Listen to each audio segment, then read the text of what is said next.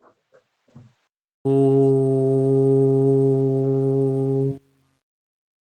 भूर्भुवः स्वः तत्सवितुर्वरेण्यं भर्गो देवस्य धीमहि धियो यो नः प्रचोदयात्। जी ओम। सदन के लिए नमन। आज हमारी लाडो बिटिया का वैवाहिक कार्यक्रम आयोजित हो रहा है। अंबिका और बेटा दिव्यांश गारस्थिक जीवन में प्रवेश कर रहे हैं। उनके सफल गारस्थिक जीवन की मंगल कामनाएं पूरे मंच ने की हैं, पूरे सदन ने की हैं। मैं भी उनके साथ अपने आप को जोड़ता हूं। हमारे यहाँ शब्द विवाह है और विवाह का अभिप्राय होता है विशेष वाहन बन जाना। विवाह जिम्मेदारियों का आज से विशेष दायित्व निर्वाह करना होगा, तो इसलिए वाहन बन गए आज से हम, और विशेष वाहन बन गए। जीवन भर उन दायित्वों का निर्वाह बड़ी गंभीरता, बड़ी जिम्मेदारी के साथ करना है। हमारे यहाँ पर विवाह विच्छेद या तलाक जैसा शब्द दूर दूर तक नहीं है। एक रस हो गए। संसार के जितने भर भी गणित हैं वो एक और एक का योग सदा दो बताते हैं। कभी कभी साहित्यिक शैली में हम एक और एक मिलकर 11 होते हैं, ऐसा भी कह देते हैं। लेकिन एक योग ऐसा है जिसमें हम जाकर के एक और एक ही हो जाते हैं, और वो विवाह का पाणी ग्रहण संस्कार का योग है। दो कुलों के जल को एक साथ मिलाया जाता है, दो पात्रों के जल को एक साथ मिलाया जाता है। और पंडित जी जब विवाह के समय उसकी व्याख्या करते हैं तो बताते हैं कि जैसे इन दो पात्रों के जल को एक साथ मिलाने पर अब इनको अलग अलग नहीं किया जा सकता। दूध और पानी को तो हंस अलग कर सकता है, लेकिन कोई ऐसी मशीन नहीं बनी और हंस के पास भी ये क्षमता नहीं है कि वह दो पात्रों के जल को अलग अलग कर दे। तो बेटी देहरी का दीपक होती है, दो कुलों को साध कर चलती है। देहरी का दीपक जैसे घर के भीतर भी प्रकाश करता है और घर के बाहर भी प्रकाश करता है। तो मैं बेटी की गंभीरता, जिम्मेदारी का जो भाव उसके चेहरे पर दिखाई दे रहा था, उसको समझते हुए, अनुभव करते हुए कहूंगा कि बेटी उसी प्रकार का दायित्व निर्वाह करेगी, क्योंकि उनके भीतर माता पिता के दिव्य संस्कार हैं। अंबिका जननी को कहते हैं, दुर्गा को कहते हैं, और दुर्ग परमपिता परमेश्वर की वो शक्ति है। दुर्गा जब प्रलय काल आता है तो प्रलय काल में सारी जीवात्माएं परमपिता परमेश्वर के गर्भ में समा जाती हैं, तो वो दुर्ग बन जाता है। जैसे आपत्ति काल में राजा के दुर्ग में जनता चली जाती है, प्रजा चली जाती है, चली जाती थी, वैसे ही प्रलय काल में सारी जीवात्माएं परमपिता परमेश्वर के गर्भ में समाहित हो जाती हैं। परमपिता परमेश्वर की वह शक्ति दुर्गा कहलाती है। संसार पथ पर चलते हुए बेटी अंबिका के लिए कई प्रकार के कष्ट अप्रत्याशित रूप से आ सकते हैं। जीवन है, जीवन में सभी प्रकार की संभावनाएं बनी रहती हैं। उनको भी माँ दुर्गा की भांति वह सहन करेंगी, अपने नाम को सार्थक करेंगी। परमपिता परमेश्वर से प्रार्थना है कि वह दिव्य संतति को उत्पन्न करें। बेटा दिव्यांश है, जिससे संसार का कल्याण हो। संसार का निर्माण हो, माता पिता का नाम रोशन हो, दोनों कुलों में शांति सुव्यवस्था बनी रहे, संसार के लिए उपयोगी बने, इस प्रकार का भाव इसके साथ जुड़ा होता है। आज के दिन आप देखेंगे कि जब संस्कार हो रहा होगा तो उस समय पंडित जी खील भी मंगाएंगे, जो चावल से बनती हैं, आप समझ गए होंगे। खील का अभिप्राय यह है कि मैं चाहूंगा कि मुन्नीलाल यादव जी, भ्राता जी स्क्रीन पर रहें।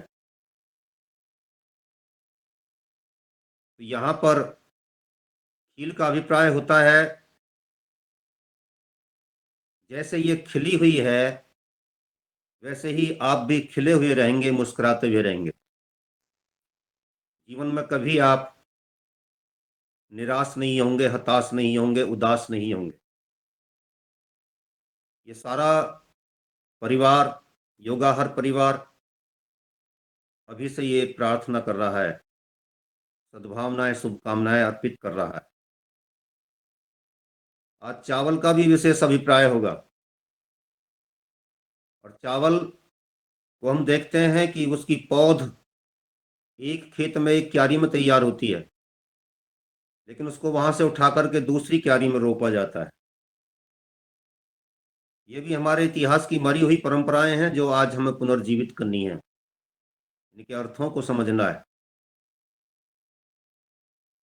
पौध एक क्यारी में तैयार होती है, लेकिन वो फलती दूसरी क्यारी में जाकर के है, अपना विकास और वृद्धि दूसरी क्यारी में जाकर करती है।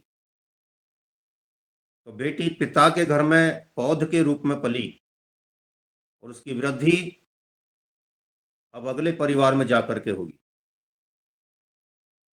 ये प्रतीकात्मक रूप में हमारी पूरी की पूरी व्यवस्था को, सांस्कृतिक और ऐतिहासिक धरोहर को स्पष्ट करती हैं। इसलिए इन सब का विशेष महत्व है।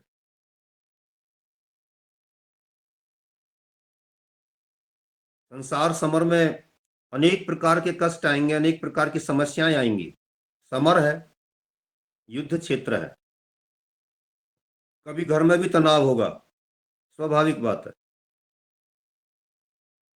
लेकिन आज हम देखेंगे कि पंडित जी आज आपसे दूब का भी, दूब जो घास होती है उसको भी मंगवाएंगे। और दूब संसार की एकमात्र ऐसी वनस्पति है जो धूप वाले क्षेत्र में भी होती है, वर्षा वाले क्षेत्र में भी होती है, रेगिस्तान में भी होती है, और हर क्षेत्र में, हर जलवायु में होती है। कम से कम खुराक लेकर के अपना विकास करती है। हमारे देश के दूसरे प्रधानमंत्री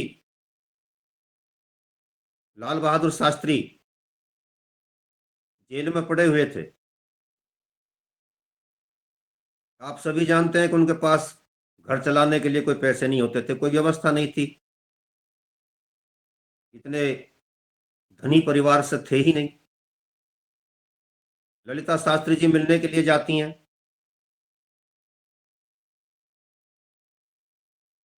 तो ललिता जी बहुत कमजोर हो रही थी,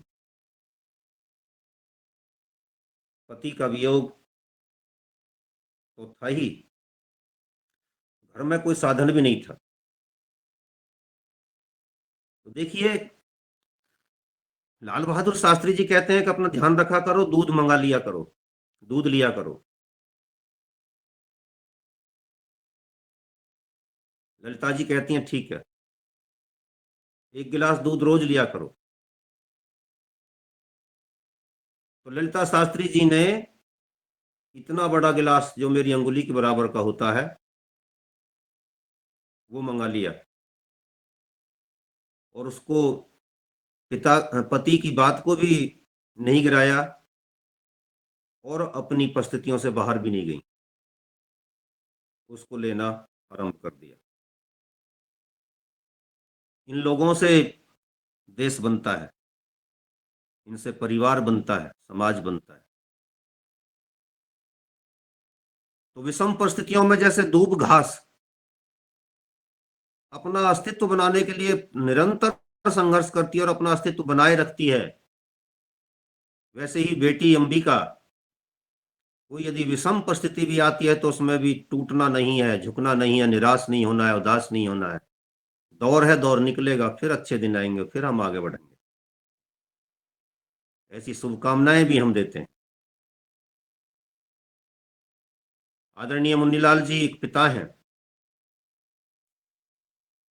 और पिता की जो भावनाएं होती हैं वो बड़ी नाजुक होती हैं, बड़ी कोमल होती हैं। कुछ पंक्तियां मैंने इस पर लिखी हैं, मैं बोलना चाहूंगा। बेटी पिता के दिल के मंदिर में जलने वाली लौ है। बेटी पिता के दिल के मंदिर में जलने वाली लौ है। बेटी पिता के भावों की साक्षात फटने वाली पौ है। बेटी के एहसास को पिता शब्द नहीं दे सकता। बेटी के एहसास को पिता शब्द नहीं दे सकता। बेटी की कमी को कभी बयां नहीं कर सकता।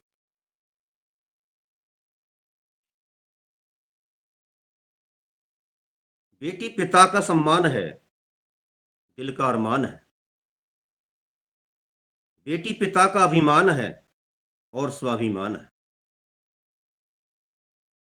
बेटी एक घर का उजाला तो एक की रोशनी है, देहरी का दीपक जो मैं कह रहा था। बेटी हर सुसंस्कार व संकल्प की साक्षात मूर्ति है। बेटी सवाल नहीं है। बेटी सवाल नहीं है, वह एक मुकम्मल जवाब है। बेटी पिता की जिंदगी का एक सुनहरा ख्वाब है। बेटी पिता की जिंदगी का एक सुनहरा ख्वाब है। बेटी विदा बेटी की जिंदगी की मंजिल नहीं, पड़ाव है। आज जो विदा होगी बेटी कल प्रातः काल में, विदा का अभिप्राय होता है विशेष दान। कल आप विशेष दान करेंगे बेटी के लिए। जब हम कहते हैं कि कन्यादान किया जाए, कन्यादान नहीं होता है, समझने की भी बात है और समझाने की भी बात है। कन्यादान का मतलब है कि बेटी को आपने ट्रांसफर कर दिया, जैसे बैनामा हो जाता है। कभी आपने दान पत्र लिखाया हो जाकर के, सुना हो तो उसके बारे में आपको मालूम होगा, पूरा स्टाम्प देना पड़ता है और फिर वो देने वाला आदमी उसको ले नहीं सकता। तो बेटी दान नहीं है, कन्या का दान नहीं होता है, कन्या के लिए दान होता है। कन्या का दान नहीं है, कन्या के लिए दान है। और जहां पर यह बात आती है वहां पर लिखा भी है ये कन्याय दानाय, कन्या के लिए दान।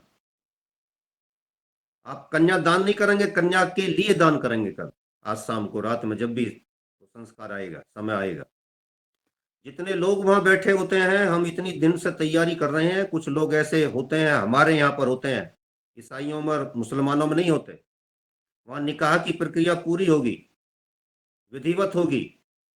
लेकिन हमारे यहाँ पे कुछ ऐसे होते हैं जो असामाजिक कहूंगा मैं उनको, तो बैठे बैठे पंडित जी को डायरेक्शन देते रहते हैं, जल्दी करो, थोड़ा सा जल्दी निपटाइए। वो जल्दी निपटाने वालों को थोड़ा सा आप पहले ही कह दें कि जो होना है विधिवत होना है, और विधिवत विधि विधान से होना है, और सारी बातों को पूर्ण करके होना है। इसी के लिए, इन्हीं घड़ी के लिए, इन्हीं क्षणों के लिए हम तैयारी कर रहे थे। इसमें कोई व्यवधान ना करे, जिसको जल्दी है वो जा सकता है। मैंने तो कह दिया था, आप ये शब्द प्रयोग ना करें, लेकिन प्यार से प्रीति पूर्वक कह दें, ताकि व्यवस्था बनी रहे और वो सारी बातें हमारी बेटी और हमारे जामात्रा, जमाई नहीं है, जामात्रा के मन मस्तिष्क में उतरें कि आज हम नए दायित्व को लेकर के चल रहे हैं, तो कौन सी चीजें आज से हमारा मार्गदर्शन करेंगे, बात उनके भीतर आनी चाहिए। तो विदा बेटी की जिंदगी की मंजिल नहीं, पड़ाव है, उसके दूर तक जाने का मानो एक बड़ा पैगाम है। बेटी पिता का भरोसा है। बेटी पिता का भरोसा है और आशा की एक डोर है। बेटी आंसुओं को समझने वाली, सबसे पहले उसी का हृदय पसीजता है, पिता की आंखों में आंसू आ जाए। बेटी आंसुओं को समझने वाली एक अतुल्य भोर है। बेटी कर्तव्य मार्ग पर बढ़ने वाली एक साधिका है। ससुराल की शोभा है और पिता की वाटिका है। बेटी कर्तव्य मार्ग पर बढ़ने वाली एक साधिका है, ससुराल की शोभा है और पिता की वाटिका है। बेटी पिता की हर संवेदना को समझती और जानती है। समय समय पर पिता से भी बहुत कुछ कह जाती है। पिता भी भूल जाता है बेटी की ऐसी हर शरारत को। राकेश समर्पित है यह कविता प्यारी बेटी अंबिका को। प्यारी बेटी अंबिका को। पिता भी भूल जाता है बेटी की हर शरारत को। राकेश समर्पित है यह कविता प्यारी बेटी अंबिका को। मैं कहना चाहूंगा संपूर्ण सदन की ओर से, यद्यपि समय दूसरा था, मैं 5-7 मिनट ही अब उस पर लूंगा, ज्यादा नहीं, लेकिन आज का जो विशेष दिवस रहा, बेशक चाहे आज का समय ज्यादा इसमें लगा, आप जो कह रहे थे, लेकिन फिर भी हम सब का दायित्व था। ये संवेदनाएं होती हैं, ये सद्भावनाएं होती हैं, ये शुभकामनाएं होती हैं जो सरसता को पैदा करती हैं, समरसता को पैदा करती हैं, सुंदरता को, सूर्य सत्यम शिवम सुंदरम की व्यवस्था को लागू करती हैं। सत्य शिव है इसीलिए तो सुंदर है, सत्यम शिवम सुंदरम। सत्य शिव है इसलिए तो सुंदर है, और हम उसके उपासक हैं। उपासक होने के नाते हम उसकी व्यवस्था को लागू करेंगे। हम सब शुभकामनाएं देते हैं, सद्भावनाएं देते हैं और अपने आप को आपके साथ जोड़ते हैं। पूरा सदन जोड़ता है। परमपिता परमेश्वर से पुनः सभी प्रार्थना करते हैं, बेटी अंबिका और बेटा दिव्यांश, दिव्यता का जो अंश है, क्या क्या प्यारा नाम है, जो दिव्यता का अंश है, परमपिता परमेश्वर की दिव्य शक्तियों का अनुपालन करता हुआ जो व्यक्तित्व होता है वो दिव्यांश होता है। तो उनके भीतर यथा नाम तथा गुण की शक्ति उनको प्रदान करेंगे और वे अपने सफल गारस्तिक जीवन के आधार पर एक सुनहरा अध्याय लिखेंगे जिस पर हम सबको गर्व होगा। 5-7 मिनट अब हम